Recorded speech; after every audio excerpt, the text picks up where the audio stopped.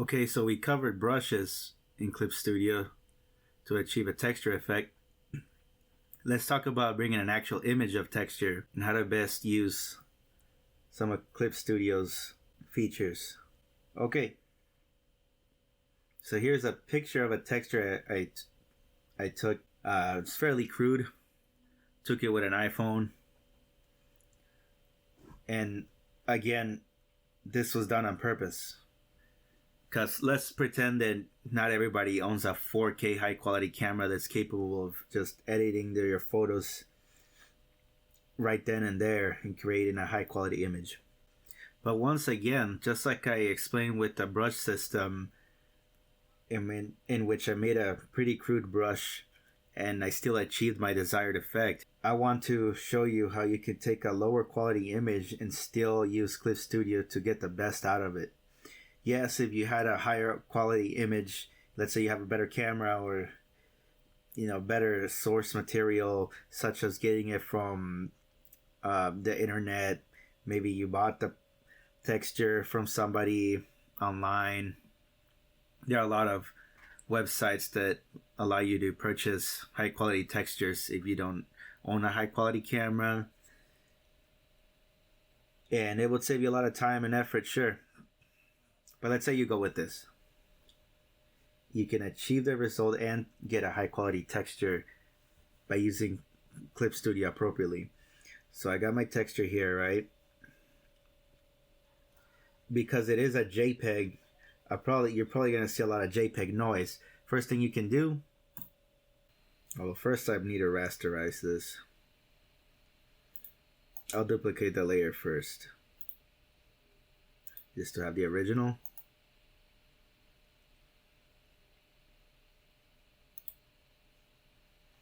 Okay, I can go to Filter, Effect, Remove JPEG Noise.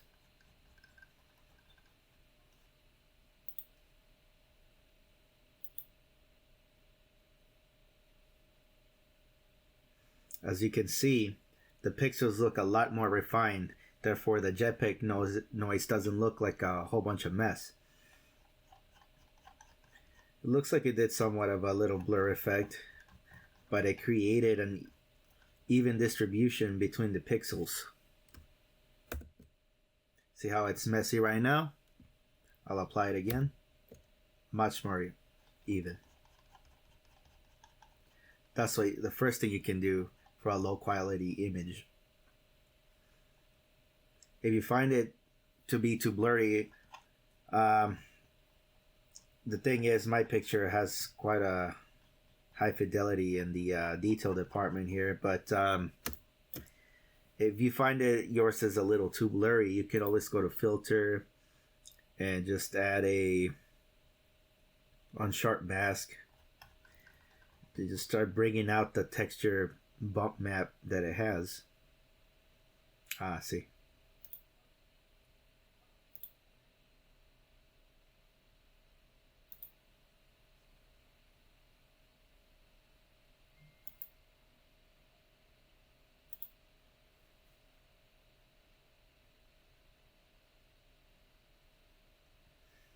So I'll leave it up to you to fine tune how sharp you want this, or maybe it is too sharp and you want to blur it, and you can just apply a Gaussian blur and fine tune that as well.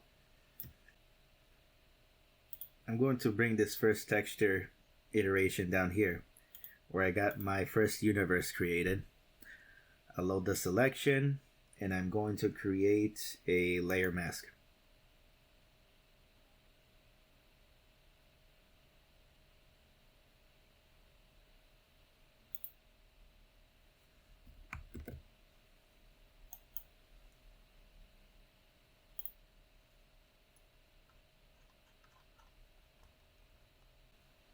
So immediately you can see that my texture is too big.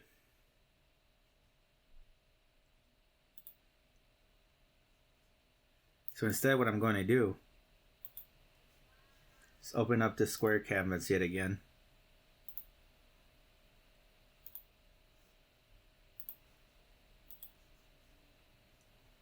I'm going to open my image here.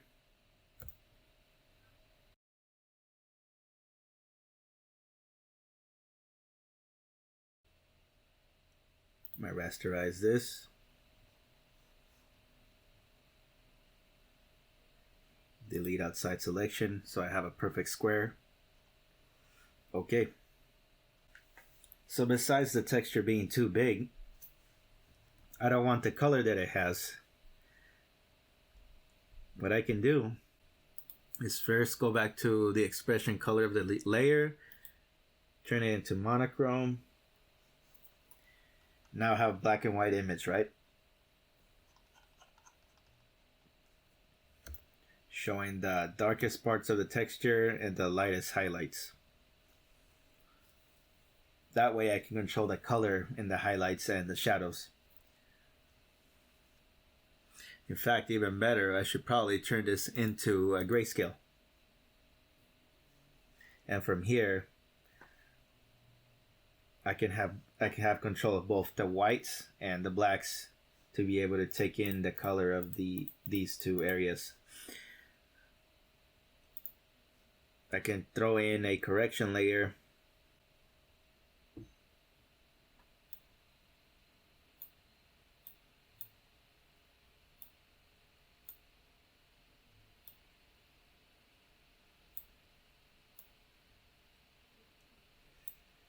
And with the level correction, I can start getting rid of the mid-tone grays if I just want the color of black and white on the fabric to show.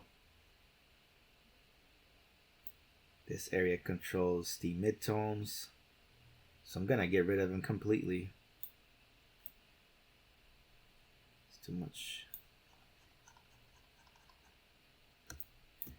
white.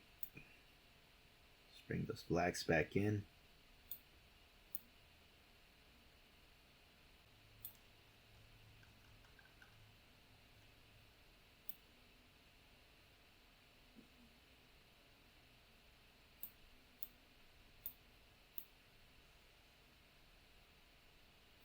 The closer I get this midtones to the white, the more they disappear. Right, so I can spend hours on this yet again and fine-tuning it. But let's say that's done. I'm gonna duplicate this layer.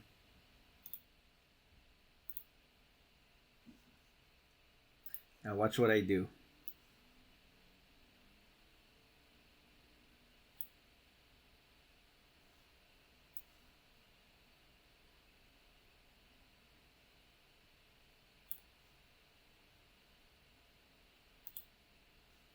Cut and paste the top part.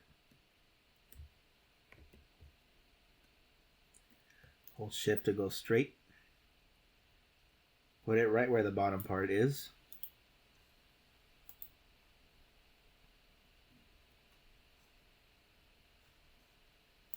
This time I'll move the bottom part up where the top one was. I'm going to do the same for the side to sides of this image. Cut and paste. Control T. Shift. Over to one side.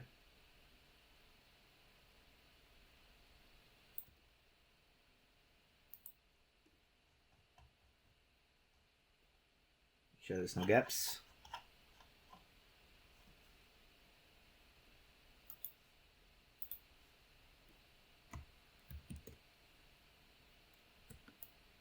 Do the same for the other side.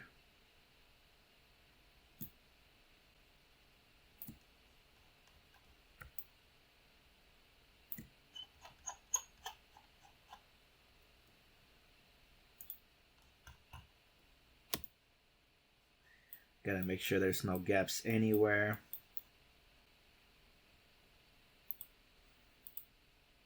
So I just stretched it out with Control T to cover all gaps areas just a little bit. So now I have this uneven seams to this pattern, right? Now we can start using maybe the clone stamp tool, copy stamp tool, reference with Alt, and I can start blending out these seams here make it look like it's transitioning. Okay, let's pick a new reference. That.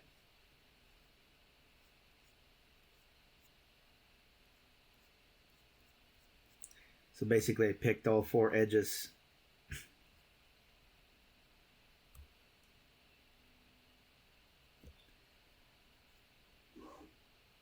And I'm now blending them together.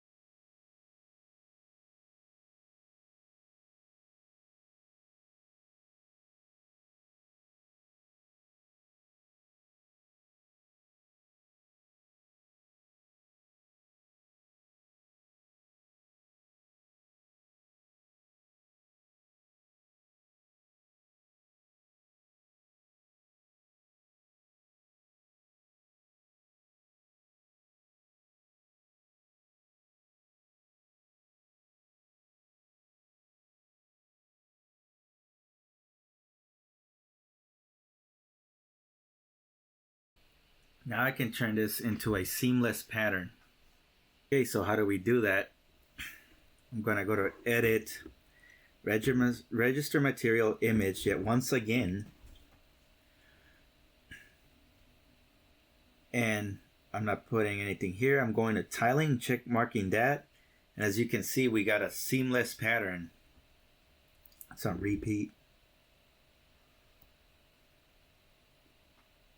And the reason that happened was because I took the edges of the top, bottom, side to side and created that intersection in the middle of the image where you can see the seams where they cut into 4, which if I were to create without editing, the tiling would show all those seams unedited. And I was careful not to paint around the edges here where it will repeat around its circumference or its surface area or whatever. Okay, so I'll look for my pattern here. Here it is. And as you can see, when I make it smaller, the texture becomes smaller as well.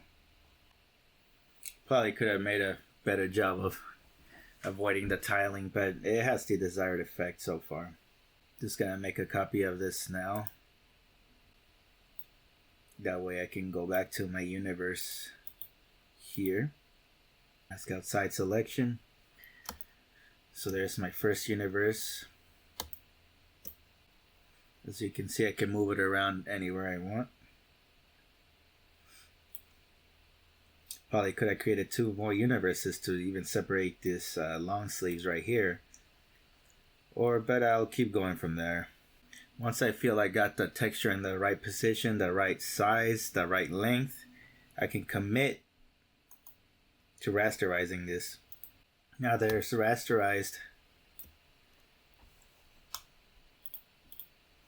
I can do things like lower the opacity, start merging it with the layer below, or so that I can see better when I want to do things like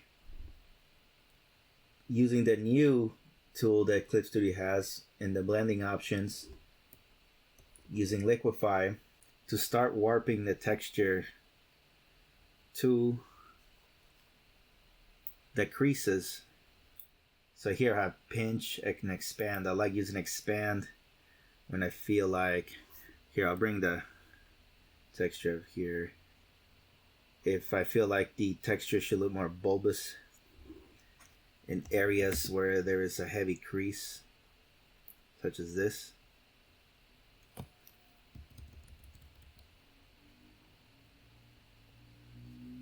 And I can use pinch to just grab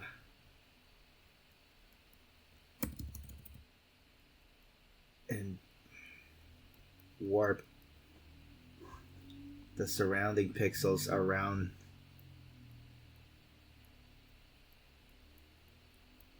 the crease.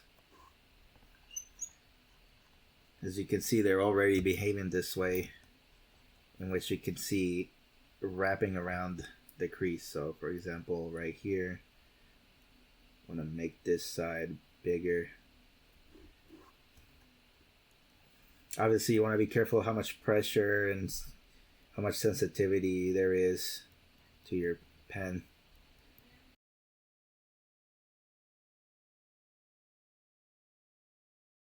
Increase the brush size instead, so I have a less intense effect here and I can be more careful. Something like that. Increase the brush size and say that this whole area should come out more. I have it set to pen pressure so that I have more control of it. Maybe I can go to pinch. See that? Now it's wrapping around the edges here. So I can start warping the seams, wrinkles and crinkles, so that, as you can see, they don't look just unimmersively straight.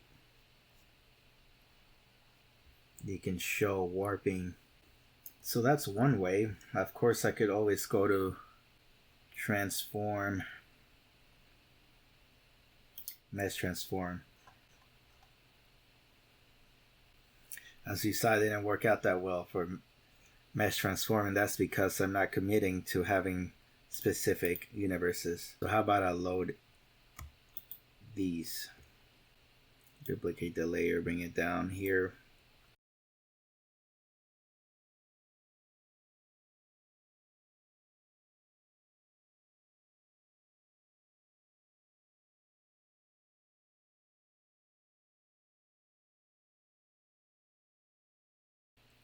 Duplicate this layer.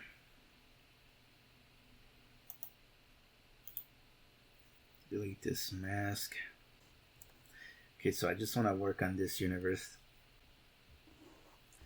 So as you can see, that the image still supposed to be all around that. So I kind of got to commit, apply mask to layer. Now the layer is only these cutouts to this universe. So now what I can do from here is go to transform, mesh transformation, and now I'm fine-tuning it even better.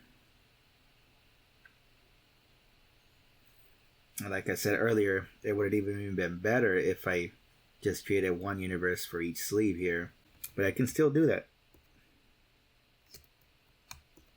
Just load this selection.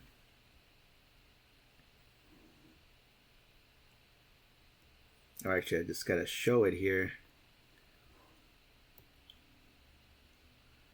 You can delete this part. Or actually, I should duplicate this. Turn this one off. Delete this part.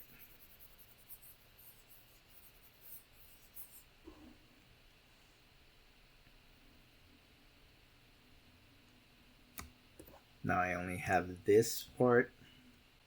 I can mask outside selection yet again.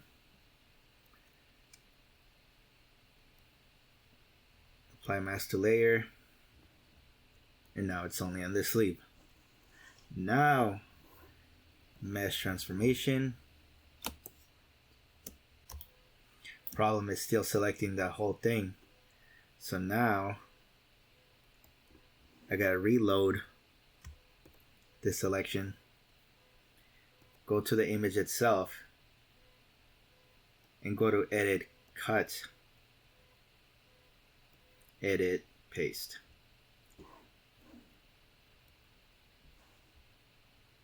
Delete this old one, because now what I've done is create just that specific selection out of the whole texture that was covering the entire border. Even though I was applying layer mask, I didn't really commit to cutting it to this selection.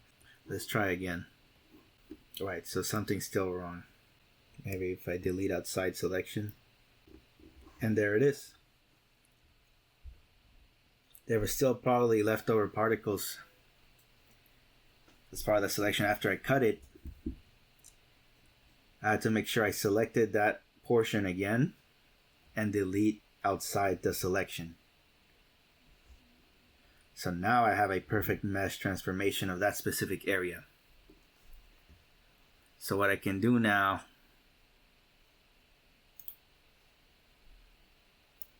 got the subtool, details, I can mess with the mesh and increase its iterations down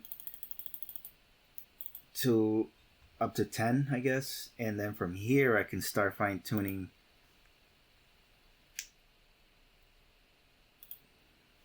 maybe I should turn down the opacity so I can see what I'm doing.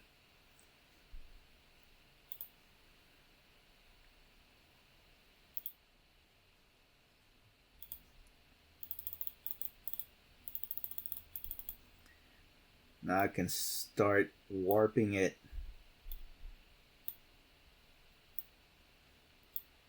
to get a similar effect that I was trying to do with the blending option of pinching and the sort, but instead of using the warping tool, it's up to you which one makes you more comfortable.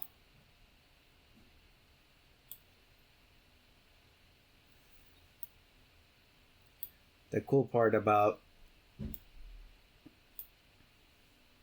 the mesh transform is that once you feel like you move too many of these warping points, but you want to further warp that same point from the beginning, you can apply it and then restart that mesh fresh with the square hole. So let's say I want to tuck that in there. Yeah, so I can pretty much just start warping it to the seams, to the creases, make it look more the texture that it's wrapping around every corner here. So I can commit to that and then I could just go again.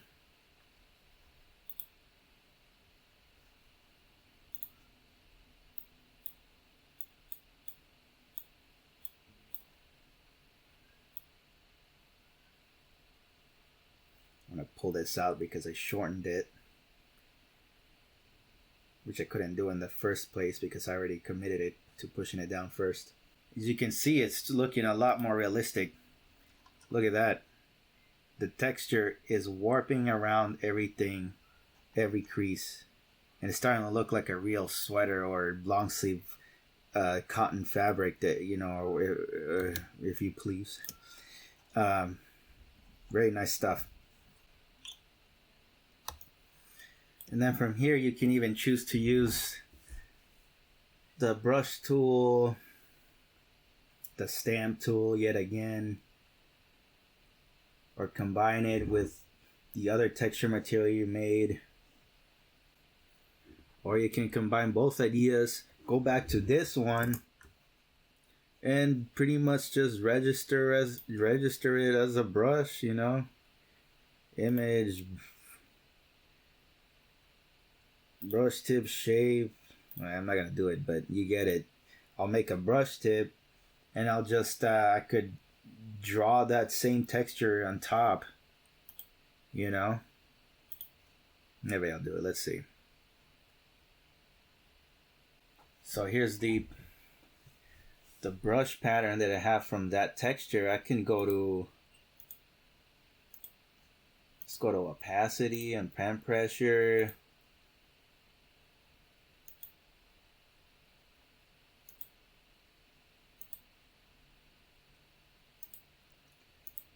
You can go to spraying effect and just have a particle effect.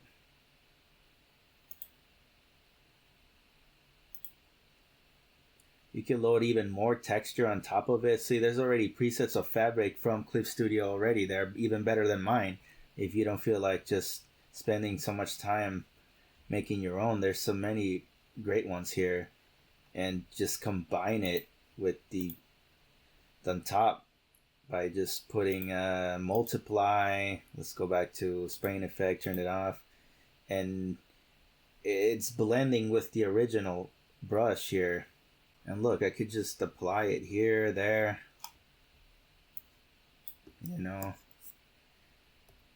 start deleting it with like, so it looks like this, rough, and whatever you want to do. So as you can see, Clip Studio has a plethora of freaking options and how you treat your texture, from the subtools to general transformations. Just so many things you can do with your brushes, and creating a spray effect, deleting and adding from the same texture you used an image from, create a brush. Or I could just have a hard round brush and just load that very same texture if I look for it as a texture. So let's say I'm happy where this is going. I could start changing the blending modes. Maybe this could be darken.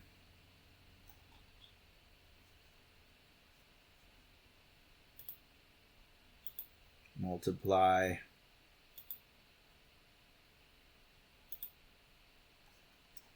You can get so many different effects to your texture with just the blending modes as well.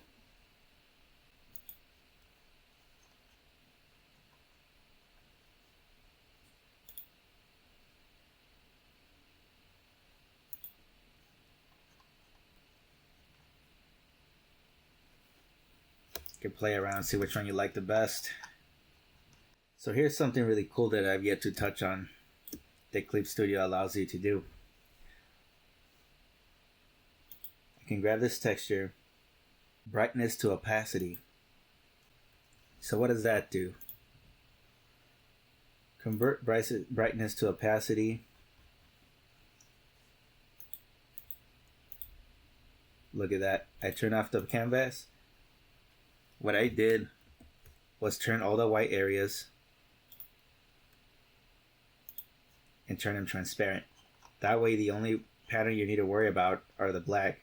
Therefore, I can put whatever color I want in the white parts of the texture.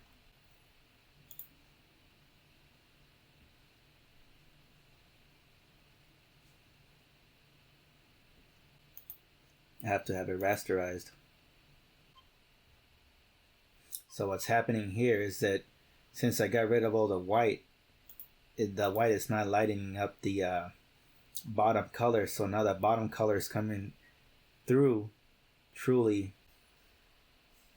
As you can see, I'm painting white on that original layer, and I can bring the whites back. Or I can just start highlighting it this way, only in the white parts of the texture. Now I can have a layer in between the texture and the original color layer down here, and not mess with the dark areas of the texture. See that? And I could still edit the underlying layer with all the colors I want without disturbing the new texture. And that can help us determine if we want to go back to the illustration and create more creases anywhere here, and then we go back to the texture, and then we start messing with all the transformation tools that I showed you above to warp it around the new creases you've created. And that's another way to work safely, non-destructively.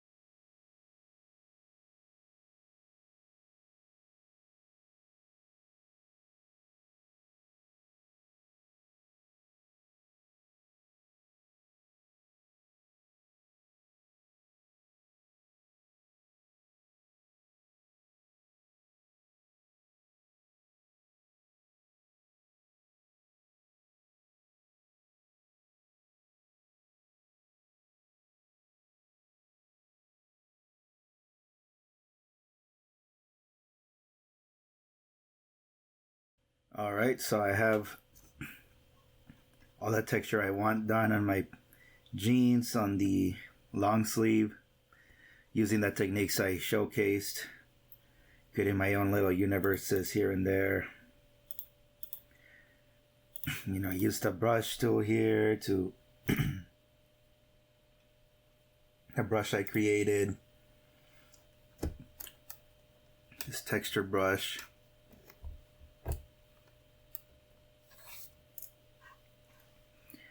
To heal certain parts that I feel needed better blending. I used the first technique with the brush only to create my jeans texture, and the image file to create the long sleeve.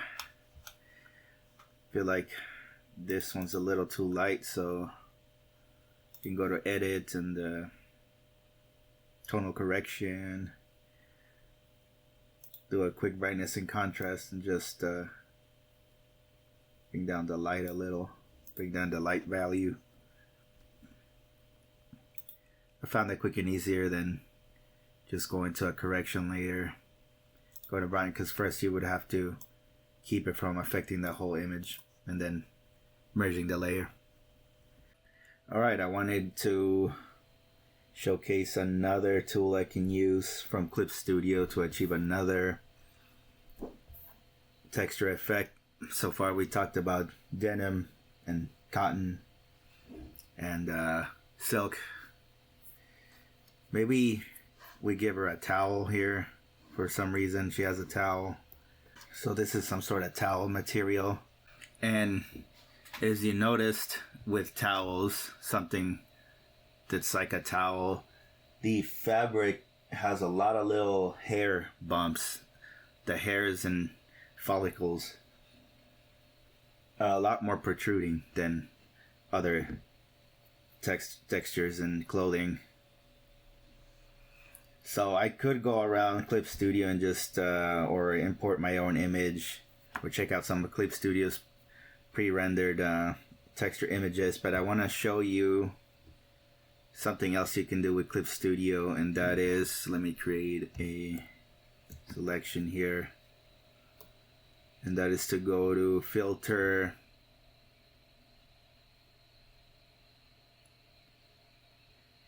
render Perlin noise. So this gives you a lot more control over this noise effect. It gives you a pretty solid clothing texture in the first place. You could bring it down to scale.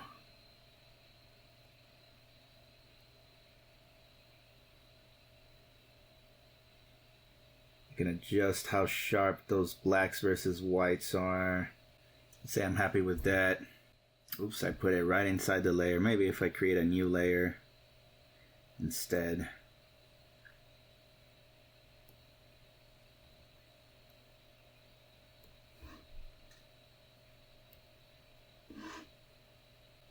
This seems to control even some of the most deeper little fabrics in there. Now I could start messing with this. Maybe, let's see. The overlay blending won't seem to work great. I wonder if it would help us to turn the brightness to opacity once again and just make the whites. I guess this time just leaving the whites would have worked better, unless you want full control of just the whites, but then you lose some of the chromaticity from the underlying layer that way. Again, I can increase the sharpness. Maybe I just lower the opacity. You know, see what technique works for you, if it works just like this, or if you prefer to have the brightness to opacity. I think this looks a bit more realistic, and from there I can maybe create another layer and just individually start using any brush you want. Maybe you have a pre-rendered texture brush again, or I could just go with the pen here and just start lighting up and defining those individual fabrics to make them even deeper. You know, like, okay, these fabrics are longer, they're poking out. But I have a great base now with the Berlin noise. Big hand that Clip Studio just gives us as an advantage here to just start as a base. Look at that. Already looks like I'm increasing the hair follicle, their length, you know, using a sort of an airbrushy brush, and to give it a bit of blur so that it looks more realistic. And look at that, already working. Grab some of this and then start influencing the whites more here. And I don't have to sit here for hours just doing this. If you remember what I mentioned about just maybe creating a few strokes, like make another layer, I start making some of these hair follicles. Then I go to the move tool I created, hold Alt, and then just start copying them and spreading them around. Look at that. Easy and quick, right? Again, I can merge them together. Just go again, just like that, you know. Increase the variation by rotating, you know.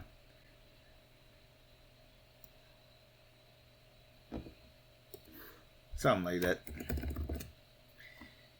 And I could just imply the texture by just using the lighting, unless you really want to go in and do every single hair follicle for the towel.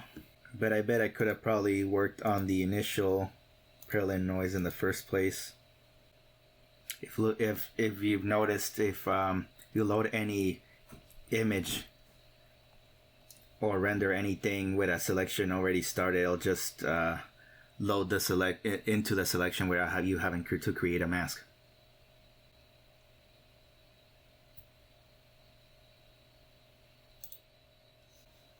Maybe I'll change it to monochrome. Bit too harsh. I want to separate the grays again with level correction. As you know, I can just really make those whites and versus blacks pop by start deleting the gray mid-tones. You know, something like that. So that's pretty harsh, but you get the point. Even from here, I could just use that as a base instead. And just start drawing the hair follicles the same way I showed earlier. But now I have a more contrasty base where I can really see where I want some hair follicle division. Use my texture brush to use a maybe delete some of the edges here if I feel like the texture is a bit too harsh and uniform, and I just want to use more implied texture without having the complete uniformity to the texture. You know, some sort of rough brush that you can use as an eraser. Now I can start defining only the sharp parts that I want to show. Start fixing the edges and everything, and getting my values, colors, and contrast correctly.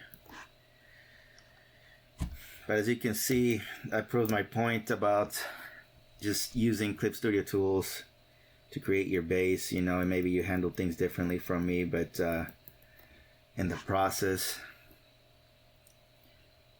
but at least you can see all the ways that Clip Studio can help you achieve your goal with its own presets, with its techniques and tools as a base, or if you're comfortable with the pre-rendered textures, then you can just plug and go, plug and play. Yeah, it's a pretty sharp towel.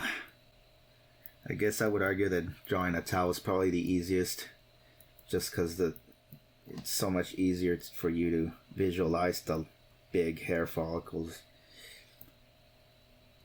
Or maybe even a scarf with a pattern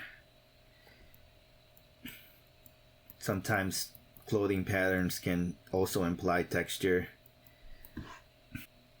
and you create a pattern the same way as I showed you how to create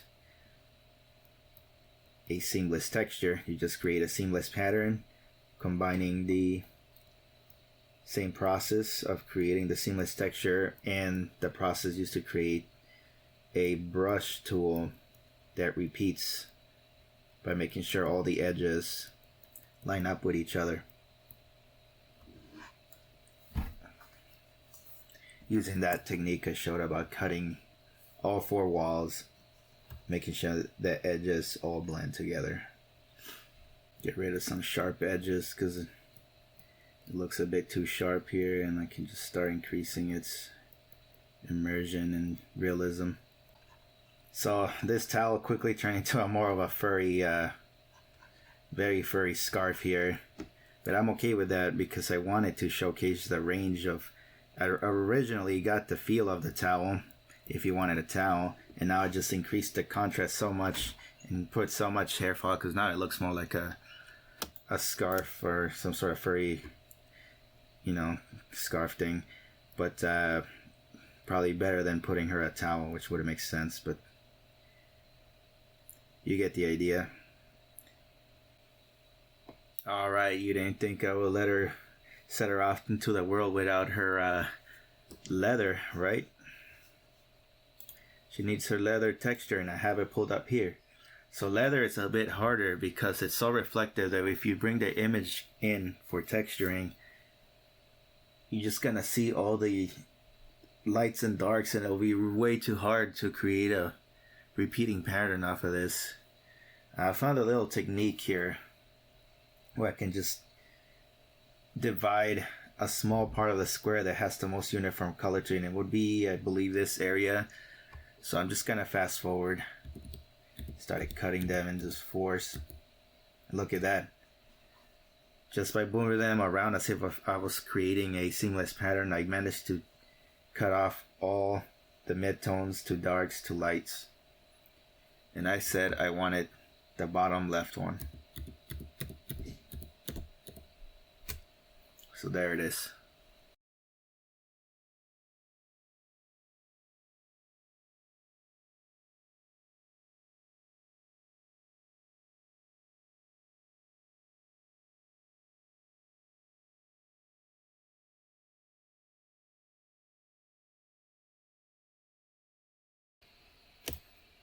You could also use the arrow keys if finding it really hard to move the texture with your mouse to align it perfectly.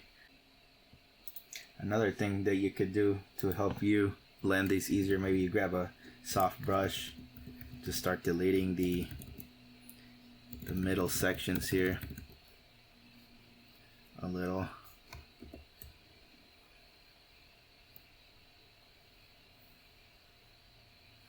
From the top and the bottom.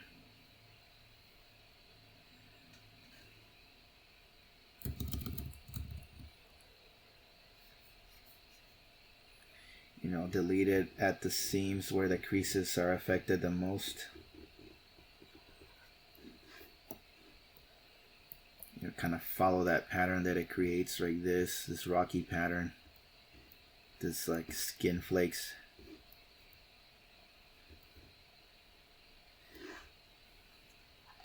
That way now I can transform this again and start bringing it in like this. May I use a harder ink pencil. Just start making sure that all the values are matching up the same here in the creases. Start messing with the texture.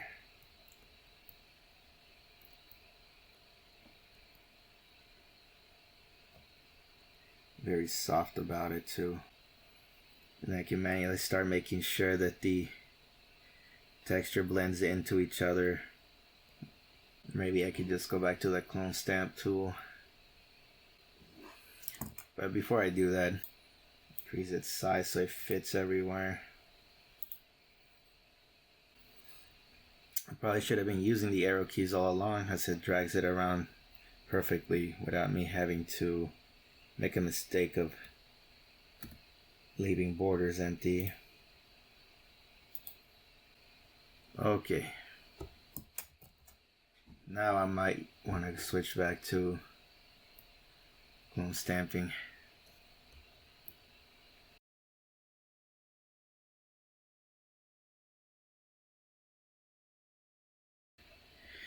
Then from here I could just go back to the pen.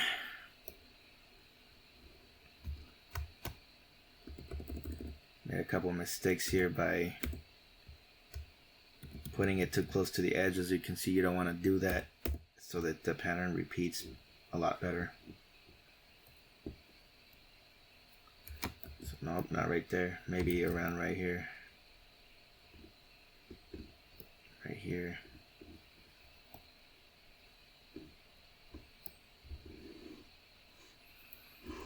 As I always say, I could spend hours here perfecting it, but just want to show you a quick version.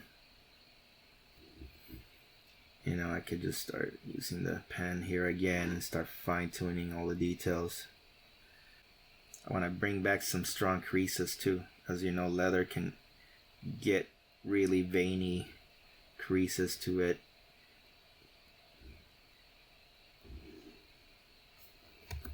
There are both black and white. The light hits the edge, something like that. Gives it more. It's really fun to draw the texture and complete its composition by your hand, if you know what it's supposed to look like. If you studied what makes the texture behave, or how the texture behaves with the light. There it is, some sort of creases.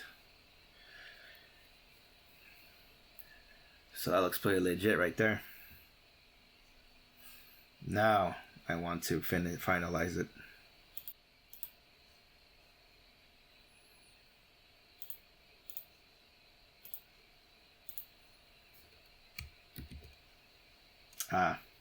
So as you saw, there was a mistake there. You want to watch out for mistakes. The borders looked wrong in the seamless pattern, and as you can see from the transformation, there's stuff outside.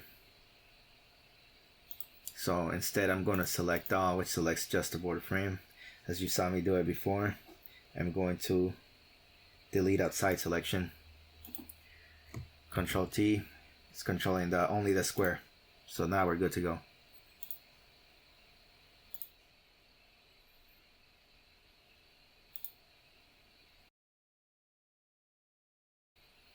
Alright, could be better, but I guess I like what I'm seeing. Or maybe just around the corners here I can fix this strange behavior and shading on the corners. You can still see a lot of the influence from the stamp tool. Alright, that's good enough for me. Oh boy, okay. Select our universe yet again. Want to load the leather texture here. It's very big, so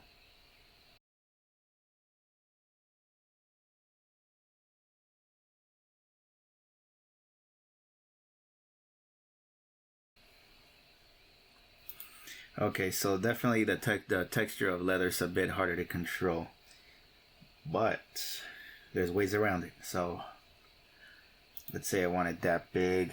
I'm gonna load this selection again, put another one. This one will be on top of the other one.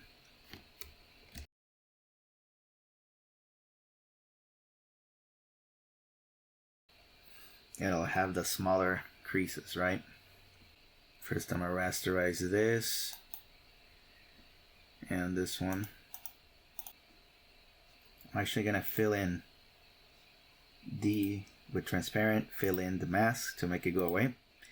And from here I can decide where in particular I want to share and reveal the mask of where the smaller creases of leather would be. such as this.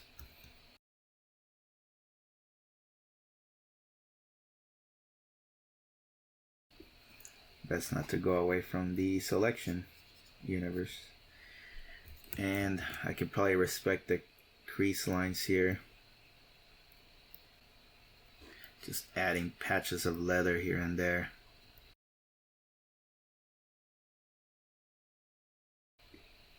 Could always grab a pen tool and start fine-tuning it again. Might create a layer folder, that way I don't have to merge these two in case I want to work on editing this folder. And maybe lower the opacity or change it to multiply for the leather. Can't convert right to opacity, that I would have to do individually. That looks like a good base to start from. From here, I would just encourage to grab a pen again and just fine tune. Or even I could just fine tune the original color of this layer. Duplicate the layer, turn this on. So to play it safe. And now I'm only, as you can see, I'm only affecting the lighter parts and not the blacks, so I can increase the highlights and show where the sheen of light is, because leather is very shiny. I want to make sure I load the selection so I don't go outside the borders. If you don't want to see the selection as well, you can go to view and turn off the selection border. You still have the selection. As you can see, I don't go outside it, but now it's not in your sight, but you still have the working selection. Maybe I should add some blue, show some like background light.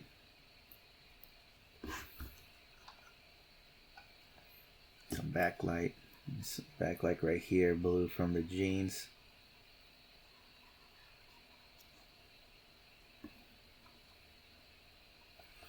Because as I said, leather is very shiny.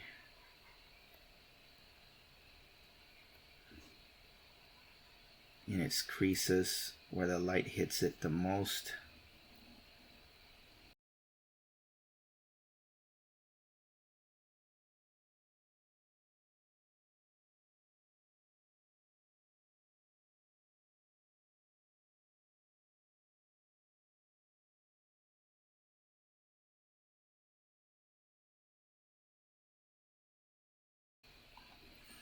Cool. So I took care of the highlights in respect to the texture as well, without affecting those dark areas of the texture. Maybe I can increase those little lines I made to show the gashes that leather can have. As you can see, there's little trails, if you notice, on leather of extreme folding on the skin. Something like that. This one right here.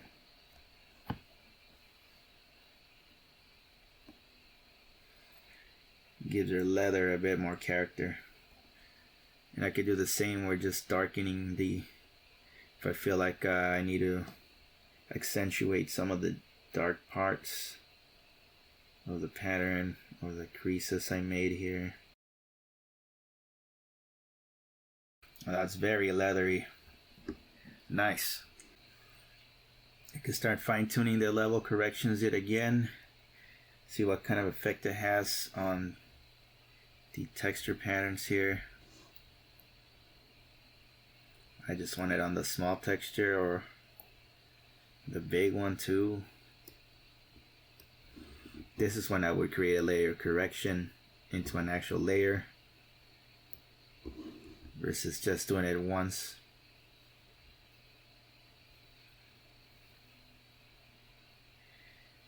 So, and I'm not sure if you noticed, but the way this is working, where I have a level correction for the bottom layer in contrast to the top layer. It works very similar to Photoshop's blend diff when it comes to engaging two different layers. If that one wants to blend with the top, or you want the top to blend with the bottom in terms of the darks and lights. But that's its own tutorial in its own time. But see, now I'm messing with the darkness and lightness of the levels of the bottom texture, and I already like what I'm seeing, so that the leather texture is not super strong, but some of the little darker parts are still there. So see that. Of course, I could have the same blend diff effect from Photoshop instead of using levels if I were to clip the small texture to the transparent pixels of the bottom layer and use it as a deleting source, or just apply it to the lights or the darks, stuff like that.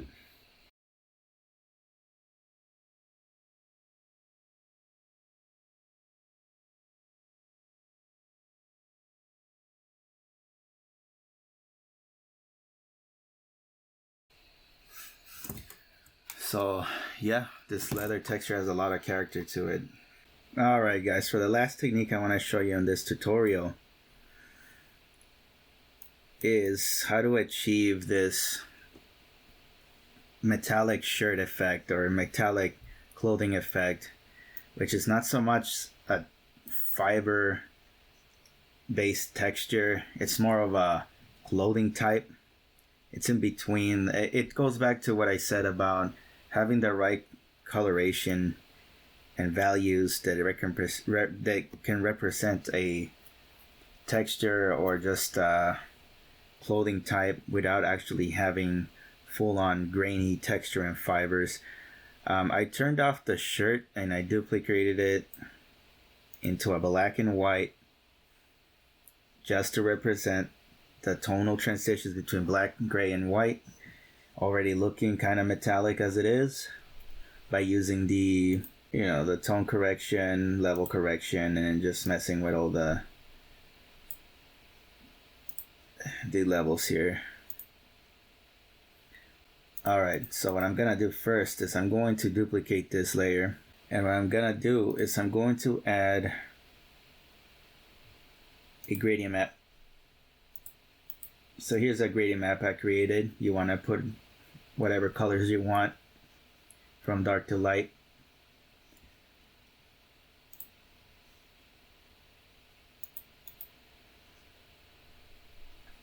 From here, I'm going to turn this layer into brightness.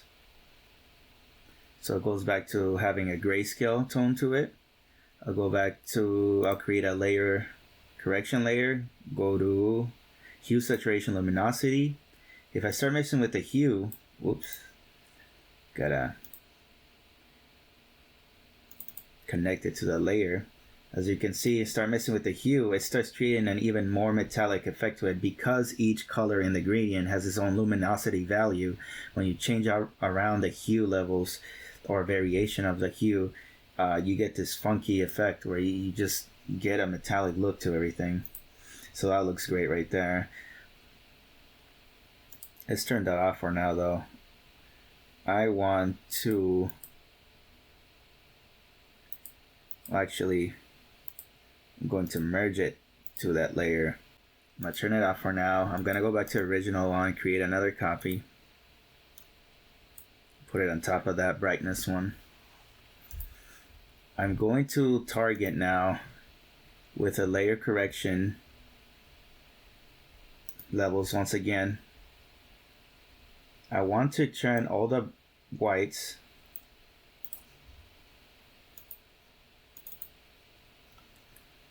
into grays and just target the more gray areas.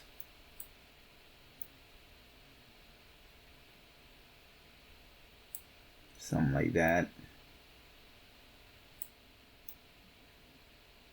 Want to exclude the darker areas just like this.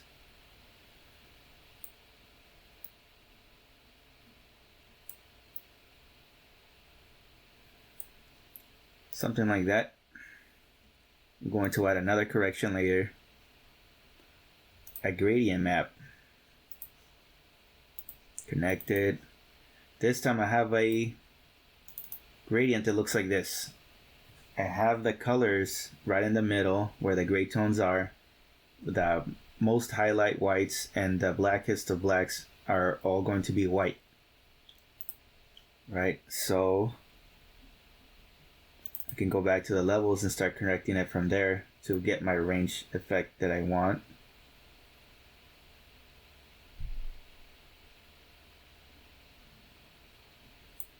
That looks pretty good.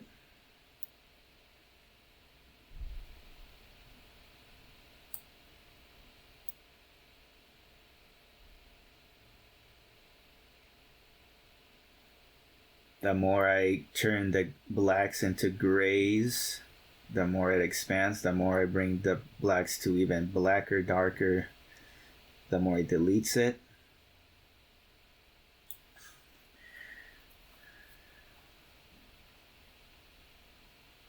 Let's say I'm good with that. I want to merge these down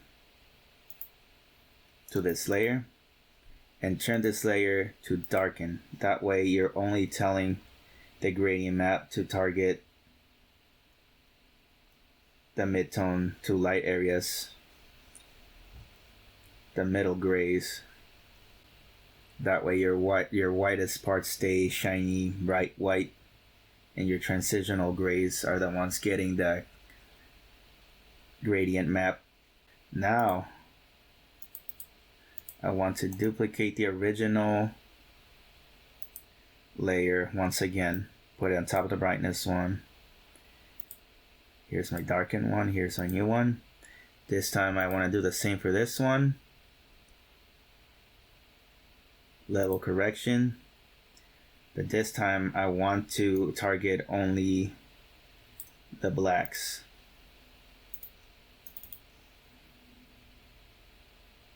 So the whites can even be further white, even the gray tones can be further white. But I want the darks to be the mid-tones now.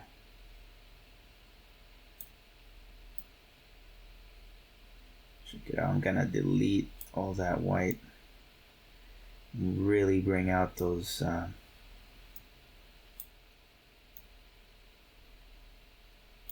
mid-tone black, something like that. Your correction layer, gradient map once again. This time I have another gradient map that is the same concept, except that now the whites and the blacks are black while the middle gray areas still hold the gradient map.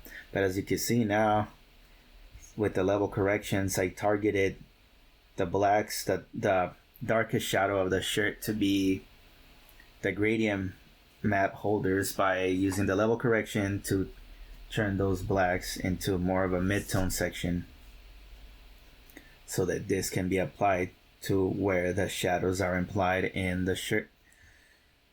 From here, go back to the levels and make sure that you fine-tune it to where the range you want to show. Maybe I'll increase the range here. Maybe something like that.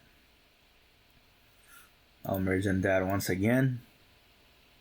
But this time, this will be turned into a lighten or screen. And look at that. I have a crazy metallic effect with gradient maps on the midtones. If I turn on that brightness layer, I have a further metallic look. In the first place with the original gradient map from the original layer that I created. But it's looking all too intense, correct? So now I can just start using maybe a blending brush or an airbrush to delete. I can start deleting with an airbrush where I don't want too much of that. It's too much color here. Made too much of this layer.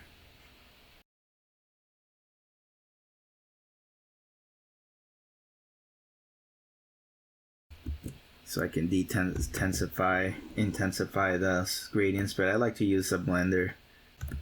So there it is. I can just start blending the harsh edges that don't need to be that sharp, especially if you're going through the edges of the shirt here, the circumference of the cylindric form of the arms. Start intensifying the edges of a lot of these colors, especially right here where it just transitions.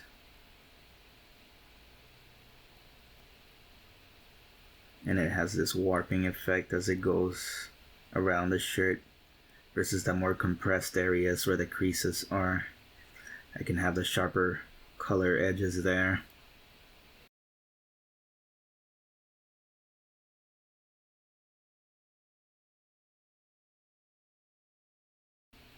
Start blurring out that brightness layer as well. Maybe I can bring down the brightness, the opacity a little in a lot of these. It's too intense.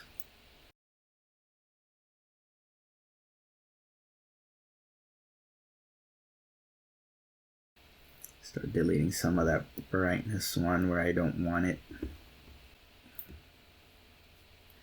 So yeah, you can go crazy with this effect and start fine-tuning it probably better than I did.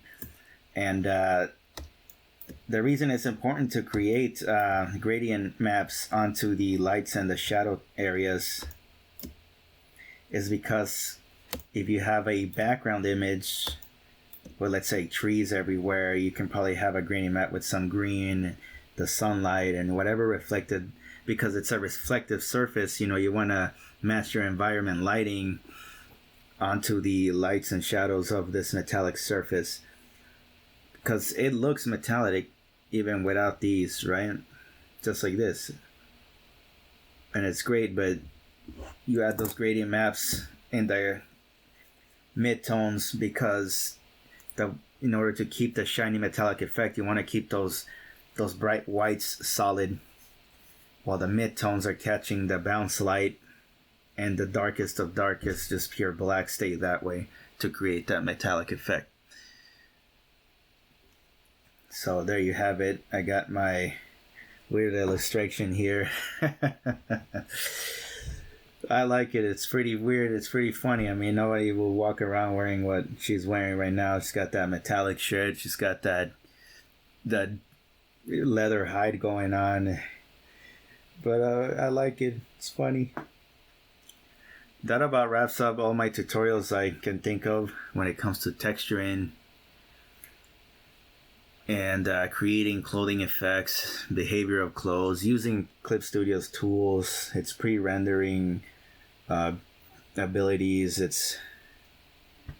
Clip Studio has pre-rendered textures you might want to mess with before you think of creating your own. But there I showed you how to create your own, even from the rawest of pictures that are not high quality. You can still use Clip Studio to its full potential to get the most out of the images you bring in, including the brush materials, using layer corrections such as the brightness, luminosity, and the level corrections is one of my favorite. And I used all the techniques available to create this image. And I'm glad you watched this. I'm gonna include a link to my YouTube and my Instagram. So if you have any questions about the illustration or my tutorial here, feel free to send me a message on Instagram. I don't have much in my YouTube channel or Instagram that, except for a few works of art that I create. But I plan on growing my YouTube channel, maybe into an artist YouTube channel. I don't have much there. And same for my Instagram. So just stay tuned if you'd like to see me add some more things and tutorials and just the way I draw things, my approach to everything, and my approach to applications such as Clip Studio. Thank you for watching.